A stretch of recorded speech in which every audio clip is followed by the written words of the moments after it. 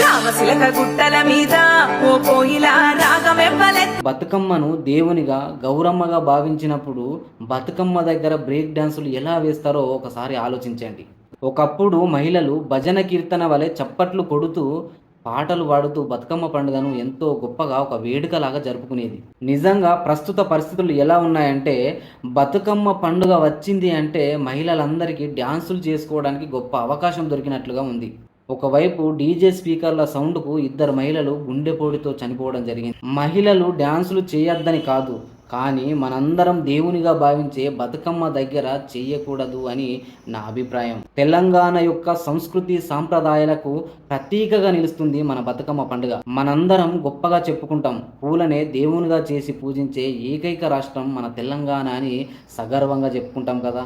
మరి అలాంటప్పుడు మన సంస్కృతి సాంప్రదాయాలను బతికించాల్సిన అవసరం ఉందా లేదా? ఒకసారి మహిళలందరూ కూడా పునరాలోచించుకోవాల్సినటువంటి అవసరం ఎంతైనా ఉంది ఈ తెలంగాణ రాష్ట్రంలో.